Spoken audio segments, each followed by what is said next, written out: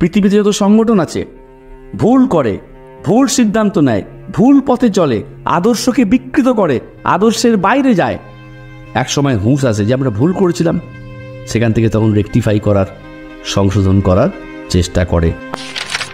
আমরা যারা বেদ প্রচারক বলে দাবি করি, আমরা যারা সংগঠন করি বলে দাবি করি, আমাদেরকেও কিন্তু এভাবে ভুলগুলো আমাদের বার করতে, কোথায় কোথায় আমরা ভুলগুলো করে গেছি, সেই ভুলগুলো যদি ধরতে পেরে যাই, বুঝতে পেরে যাই যে সত্যি তো এখানে আমরা ভুল করেছি, ঠাকুর এখানে এটা বলেছেন, আমরা এটা করেছি, ঠাকুরের নির্দেশ ছিল এইভাবে চলবে, আমরা এইভাবে চলেছি। তাই ঠাকুর একটা সুন্দর কথা বলেছেন, অঙ্কের ফলটা যদি জানা থাকে তাহলে ভুলটা বুঝে নিতে কিন্তু খুব একটা সময় লাগে না। ঠাকুর বলছেন না যে অপরাধ করছে, যে অপরাধ করার ইচ্ছাটা যেমন জাগছে, অপরাধ করব না এই ইচ্ছাটাও তো জাগছে, সবই কিন্তু প্রকৃতির দান। এবং এটাকে ফিল্টার করছে কে? এটাকে ফিল্টার কে করে দিচ্ছে? বিবেক। তুমি লক্ষ্য করে দেখবে অনেকেই প্রশ্ন করে যে আজকে আমাদের সংগঠনের এরকম চেহারা কেন, কোথায় গেল সেই উৎসাহ, সেই উদ্দীপনা, সেই প্রাণের জোয়ার, কেন হচ্ছে এটা? রাম ও নারায়ণ রাম। জন্মসিদ্ধ ঠাকুর শ্রী শ্রী বালক ব্রহ্মচারী মহারাজের চরণে প্রণাম জানিয়ে আজকে আমরা পরবর্তী পর্বের আলোচনা শুরু করছি। এই আলোচনার জন্য অংশগ্রহণ হয়েছেন শ্রী দীপক চক্রবর্তী মহাশয়। তাকে আমি বৈদিক অভিনন্দন, রাম ও নারায়ণ রাম নাম জানাচ্ছি। রাম ও নারায়ণ রাম শীতল ভাই, সবাইকে জানাই আন্তরিক বৈদিক অভিনন্দন, রাম ও নারায়ণ রাম। আজকে যে বিষয়টা নিয়ে আমি আলোচনা করব সেটা পরমার্থ গুরুগীতা বইয়ের 9 নম্বর পৃষ্ঠা থেকে বলছি। ঠাকুর এখানে বলছেন, ভ্রান্তি থেকেই হবে তার সমাধান, আর সমাধান হলেই হবে সাকসেস। আমার প্রশ্ন, ভ্রান্তি থেকে কি করে সমাধান সম্ভব, এবং এই সমাধান থেকেই বা কি করে সাকসেস হবে? এই সম্পূর্ণ বিষয়টাই ব্যক্তি জীবনে, সমাজ জীবনে এবং আমাদের সাংগঠনিক জীবনে কিভাবে কার্যকরী হবে, এটা আপনি ব্যাখ্যা করে বলুন। রাম ও নারায়ণ রাম। রাম ও নারায়ণ রাম। একটি সুন্দর বিষয় আজকে উঠে এসেছে, পরমার্থ গুরুগীতা বইয়ের 9 নম্বর পৃষ্ঠা থেকে তুমি এটি চয়ন করেছ। ঠাকুর বলছেন ভ্রান্তি থেকেই হবে সমাধান। এখন ব্যাপার হচ্ছে, এই যে আমরা যে পৃথিবীতে এসেছি এবং এই পৃথিবীতে এসে আমরা যে আয়ুষ্কালটা পেয়েছি 60, 70, 80, থ্রু আউট আওয়ার লাইফ আমরা দেখি যে এরার অ্যান্ড কারেকশান দুটো জিনিস কিন্তু খুব পাশাপাশি চলছে। খুব সহজ করে বুঝতে হবে ব্যাপারটা। বেঠিক সঠিক, ভুল ঠিক, এটাকে একটা ডায়ালেকটিক্স বলা হয়, এইভাবেই চলছে। কিন্তু ঠাকুর বলছেন এই সৃষ্টিতত্ত্বে ভুলের প্রয়োজনীয়তা আছে, ভ্রান্তির প্রয়োজনীয়তা আছে। সহজ করে বলি, ঠাকুরের দেওয়া দৃষ্টান্ত দিয়ে আমি প্রমাণ দেব। ঠাকুর বলছে যে ধরো তুমি অঙ্ক করতে বসেছ, অঙ্কটা যে ভুল এটা যতক্ষণ পর্যন্ত না তুমি বুঝতে পারছ, তুমি তো ভুলই করে যাচ্ছ, ভুলের পর ভুল, ভুলের পর ভুল, ভুলের পর ভুল তুমি করেই যাচ্ছ। একটা সময় আসবে যখন তুমি বুঝতে পারলে, কেউ তোমাকে ধরিয়ে দিল যে এটা কিন্তু ভুল হয়ে গেছে। যে মুহূর্তে ভুলটা হলো তখনই ভুলটাকে সংশোধন করার জন্য তোমার প্রক্রিয়া শুরু হবে। ভুল বলে যদি কিছু না থাকতো তাহলে ঠিকের দিকে আমরা কি এগোতাম না। অন্ধকার বলে যদি কিছু না থাকতো তাহলে আলো বলে কিছু আমরা খুঁজতাম না। এই সৃষ্টি তত্ত্বই দাঁড়িয়ে আছে এই ডায়ালেকটিক্সের ওপরে। উত্থান পতন, ডান বাম, জোয়ার ভাটা, আলো অন্ধকার, ফলো করে দেখো এই সৃষ্টিতত্ত্বই আছে। এটা পূর্ণিমা অমাবস্যা, শীত গ্রীষ্ম। ঠিক সেই রকম জীবনে চলার পথে ভ্রান্তি, দ্বন্দ্ব নিয়ে আসবে সমাধানের পথে। ধরো কেউ কোনো ভুলই করলো না, তাহলে ঠিক কোনটা এটা সে বুঝবে কি করে? তাহলে ভুলের প্রয়োজনীয়তা রয়েছে। এবার এই ভুল করে কি করলাম? আমি ঠিকের পথে গেলাম, আর যখনই ঠিকের পথে গেলাম তখনই সমাধান হলো। এটা ব্যক্তি জীবনের ক্ষেত্রেও প্রযোজ্য, এটা সমাজ জীবনের ক্ষেত্রেও প্রযোজ্য, এটা সংগঠনের ক্ষেত্রেও প্রযোজ্য। প্রমাণ দিয়ে দেখো। ধরো ব্যক্তি জীবনে একটা মানুষ সে ভুল করে, সেখান থেকে তার কিন্তু উপলব্ধি আসে, তখন তার কিন্তু জীবনের মোড়টা ঘুরে যায় যে আমি এটা ভুল করেছিলাম। সেই ভুলে সে কিন্তু আর রিপিট করে না। সে জানতো না বলে ভুলটা করে ফেলেছে, কিন্তু যখন সে বুঝে গেল আমি ভুলটা করেছি, তখন থেকেই সে কিন্তু শোধরানোর পথে, সঠিকতার পথে চলতে শুরু করলো। এই যে ঠাকুরে বলা আছে যে সঠিকতা সম্পর্কে সচেতন হও। সচেতন হব কি করে? আগে ভুলটা করি, শরীরটা অসুস্থ হলেই তো সুস্থতার দিকে মানুষ যাবে। অসুস্থতা বলে যদি কিছু নাই থাকতো, ঠাকুর বলছেন এই পৃথিবীতে যদি অসুস্থতা বলে কিছু না থাকতো, মেডিকেল সায়েন্স বলে কিছু আসতো না কিন্তু মানব সভ্যতায়। মেডিকেল সায়েন্স এসছে কেন না, মানুষ অসুস্থ হয়েছে বলেই মানুষ চেয়েছে কী করে সুস্থ হওয়া যায়, তখন এই সমাধানের রাস্তাটা পাওয়া যাবে। ইয়েস, প্রবলেমটা থাকতে হবে, তো প্রবলেম থাকলে তবে তো তার সলিউশনের দিকে মানুষ এগোবে। তাই ভ্রান্তিটার প্রয়োজন আছে। কোথায় প্রয়োজন আছে? ব্যক্তি মানুষের জীবনে প্রয়োজন আছে, সমাজ জীবনে প্রয়োজন আছে, সংগঠনের প্রয়োজন আছে। এবং ইন্টারেস্টিংলি দেখো, ব্যক্তি কিন্তু মূল, মেন কিন্তু ব্যক্তি। কেন? ব্যক্তি সমাজ তৈরি করে, সমাজ থেকেই অসংখ্য মানুষকে নিয়ে সংগঠন তৈরি হয়।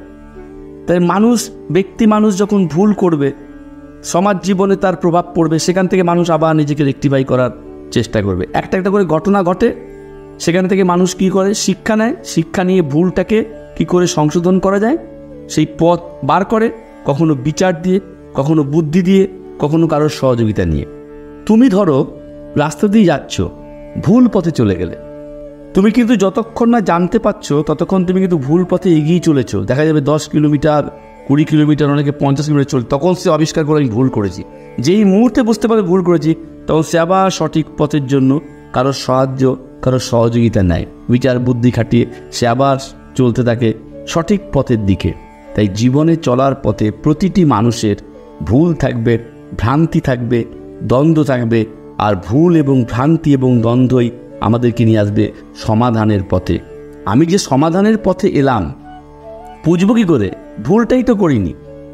আমি ভুলটা করি, ভুলটা করলে তো আমি বুঝবো। একটা অঙ্ক যে করলো সে জানতেই পারলো না সে ভুলটা কী করেছে। একজন মিস্ত্রি যে গাড়ি সারায়, সে আগে তো কারণটা খোঁজে যে গণ্ডগোলটা কোথায় হয়েছে। গণ্ডগোলটা বুঝতে পারলে তবে তো সমাধানটা হবে। তাহলে সমাধান আগে না, আগে কিন্তু সমাধান না, আগে হচ্ছে প্রবলেম, প্রবলেমের পর হচ্ছে সলিউশন। তার মানে প্রবলেমের প্রয়োজনীয়তা আছে, প্রবলেম থাকলে তবেই সলিউশনের দিকে মানুষ যাবে। অন্ধকারটা ছিল বলেই মানুষ খুঁজেছে কি করে আলোর সন্ধান পাওয়া যায়। শীতে কষ্ট পেয়েছে বলেই মানুষ উষ্ণতার সন্ধান করেছে। খিদেটা আছে বলেই মানুষ কৃষিকার্য বলো, চাষবাস বলো, খাদ্য উৎপাদন বলো, এই দিকের পথে গেছে। অর্থাৎ একটা কিছু প্রয়োজন আছে, সেটাকে ভুল বলি, ভ্রান্তি বলি, দ্বন্দ্ব বলি, সমস্যা বলি, যখন থাকবে তখনই আমরা সমাধানের পথে যাব, তখনই আমরা সাকসেসফুল হব। ব্যক্তি মানুষ থেকে সমাজ, সমাজ থেকে সংগঠন। ধরো সমাজবদ্ধ মানুষ ভুল করে যাচ্ছে, ভুল করতে করতে তবে তো যখন তাদের মধ্যে জাগবে যে আমরা তো ভুল করেছি, এটা তো আমরা ঠিক করিনি, তবে রেকটিফাইয়ের পথে যাবে। প্রমাণ দিয়ে বলি, দেখো এই সমাজ জীবনে একসময় সতীদাহ প্রথা ছিল। এই সমাজ জীবনে একসময় গঙ্গাসাগরে সন্তান বিসর্জন দেওয়ার প্রথা ছিল। এই সমাজ জীবনে একসময়, যদিও এখনও প্রচলিত আছে, অনেক কমে গেছে, মানুষকে বলি দেওয়া, পশুকে বলি দেওয়া ছিল। কিন্তু একটা সময় এসে মানুষের মধ্যে একটা প্রশ্ন জাগলো, এটা আমরা ঠিক করছি না তো, এটা ভুল করেছি তো। দেখো সেখান থেকে রেকটিফিকেশান এসছে। আগে ভুলটা এসছে, কিন্তু সেখান থেকে রেকটিফিকেশান এসছে। এখন কিন্তু জেলখানা বলা হয় না, এখন সংশোধনাগার বলা হয়। কেন? কারণ জেলের মধ্যে অপরাধীকে শাস্তি দিয়েও যখন পাল্টানো যায়নি, তখন মানুষের মধ্যে প্রশ্ন জেগেছে যে জেলে তো তাকে সংশোধন করা যাচ্ছে না, যে অপরাধ প্রবণতা রয়েই যাচ্ছে। আমি যে তাকে জেলে পুরলাম, উদ্দেশ্যটা কী? এই সমাজ জীবনে যে জেলের ঢোকানোর যে প্রক্রিয়াটা রয়েছে, এর উদ্দেশ্য কী ছিল? তাতে সে নতুন করে অপরাধ প্রবণতা নিয়ে বেরিয়ে আসে, নাকি তার অপরাধ থেকে সে মুক্ত হতে পারে? তাহলে কী করতে হবে? তাকে সংশোধনের চেষ্টা করতে হবে। তাই জেলখানার নামকরণ করা হলো সংশোধনাগার। তাহলে ভুলটা ছিল, সেখান থেকে সমাধান করে সলিউশনটা বার করা হলো। তুমি দেখবে এই সমাজে যত রকম রিফর্ম হয়েছে, এই সমাজে যত কিছু সংস্কার হয়েছে, আগে ভুলটা হয়েছে, সেই ভুল থেকে সমাজ জীবনের সংশোধনটা এসছে। ঠিক সেরকম কোনো ব্যক্তি মধ্যে, একজন ছাত্র, সে পরীক্ষায় ফেল করলো, সে ব্যর্থ হয়েছে, সে অঙ্কে 0 পেয়েছে, দেখা গেল পরের পরীক্ষায় সে 100 পেয়েছে। তাহলে 100টা পেতে তাকে বাধ্য করলো কে? 0 পাওয়াটা। ইন মেজর কেসেস, ব্যক্তি মানুষের ক্ষেত্রে, সমাজ জীবনে এবং অবশ্যই সংগঠনে। পৃথিবীতে যত সংগঠন আছে, ভুল করে, ভুল সিদ্ধান্ত নেয়, ভুল পথে চলে, আদর্শকে বিকৃত করে, আদর্শের বাইরে যায়। এক সময় হুঁশ আসে যে আমরা ভুল করেছিলাম, সেখান থেকে তখন রেকটিফাই করার, সংশোধন করার চেষ্টা করে। তাই ভুলের ভ্রান্তির প্রয়োজনীয়তা আছে ব্যক্তি মানুষের ক্ষেত্রে, সমাজ জীবনের ক্ষেত্রে, সংগঠনের ক্ষেত্রে। লুসিড এক্সাম্পল দিই, তুমি শেষে সংগঠন ওয়ার্ডটা আছে, ঠাকুর বলেছেন, তুমি তাকেই দেখো পৃথিবীর যে কমিউনিস্ট আন্দোলন, যে সংগঠন, তারা আজকে খুঁজছে এই জায়গায় আমাদের ভুল হয়েছিল, এই ভুলগুলো করেছিলাম বলে আমরা এখানে ব্যর্থ হয়েছি। ঠিক সেরকম আমরা যারা বেদ প্রচারক বলে দাবি করি, আমরা যারা সংগঠন করি বলে দাবি করি, আমাদেরকেও কিন্তু এভাবে ভুলগুলো আমাদের বার করতে, কোথায় কোথায় আমরা ভুলগুলো করে গেছি, সেই ভুলগুলো যদি ধরতে পেরে যাই, বুঝতে পেরে যাই যে সত্যি তো এখানে আমরা ভুল করেছি, ঠাকুর এখানে এটা বলেছেন, আমরা এটা করেছি, ঠাকুরের নির্দেশ ছিল এইভাবে চলবে, আমরা এইভাবে চলেছি। তাই ঠাকুর একটা সুন্দর কথা বলেছেন, অঙ্কের ফলটা যদি জানা থাকে তাহলে ভুলটা বুঝে নিতে কিন্তু খুব একটা সময় লাগে না। প্রমাণ দেখবে অঙ্ক বইয়ের শেষে আমাদের ছাত্র জীবনে ছিল, এখনও রয়েছে, কী ছিল? অঙ্ক বইয়ের শেষে উত্তরমালা। তুমি একটা অঙ্ক করছো, একের দাগের ক তুমি অঙ্ক করছো, একের প্রশ্নমালা একের দাগের ক, দেখবে উত্তরমালা শেষ পাতায়, উত্তরমালায় প্রশ্নমালা একের দাগের কয়ে উত্তরটি দেওয়া আছে 2, মানে উত্তর অঙ্কের ফল হবে 2। তুমি অঙ্কটা করছো, দেখছো 3 আসছে, না তো ভুল হলো তো। তারপর আবার করছো, দেখছো 4 আসছে, না তো ভুল হলো তো। কেন? তোমার ভুল যে হলো তুমি জানছো কী করে? সঠিকতাটা তোমার জানা হয়ে গেছে যে উত্তরটা কিন্তু 2 হবে। ঠিক সেই রকম ব্যক্তি মানুষ যখন ভুলটা করবে তখনই তার মধ্যে কৌতূহলটা জাগবে যে সঠিকতাটা কী। তখনই সে তার বিচার বিবেচনা প্রকৃতিতে দেওয়া সব, কারোর পরামর্শ, কারোর আদর্শ প্রকৃতির সুরে সে তখন সঠিকতার পথে যেতে পারবে। তাই ভুলের, ভ্রান্তির, ত্রুটির প্রয়োজনীয়তা রয়েছে ব্যক্তি জীবনে, সমাজ জীবনে এবং সাংগঠনিক জীবনে। রাম উন্নয়ন রাম। রাম উন্নয়ন রাম। আলোচনাটা খুব সুন্দর হয়েছে। তো আমি, তোমার কি মনে হয় যে এখানে তুমি যদি কিছু মনে হয় যে না এই জায়গাটা আমার কাছে, না, আমি এখানে এই সংগঠনটা এনেছি এই কারণে, আজকে আমাদের এই সংগঠনের যে পরিস্থিতি, এই পরিস্থিতির উপরে ভুল তো কিছু হচ্ছে, না হলে কেন আজকের এই পরিণতি? অবশ্যই ভুল হচ্ছে। তাহলে সেই ভুলটা কি কেউ বুঝতে পারছে না? দেখো, তুমি এই কথা বলো যে ভুলটা কি কেউ বুঝতে পারছে না, সেক্ষেত্রে আমি কিন্তু একটা অন্য কথা বলবো। ঠাকুর বলছেন যে তোমাদের বুঝ চিরজাগ্রত, তোমাদের বিবেক চিরজাগ্রত, কেউ কিন্তু না জেনে ভুল করে না। এটা বড় অদ্ভুত কথা বললো ঠাকুর।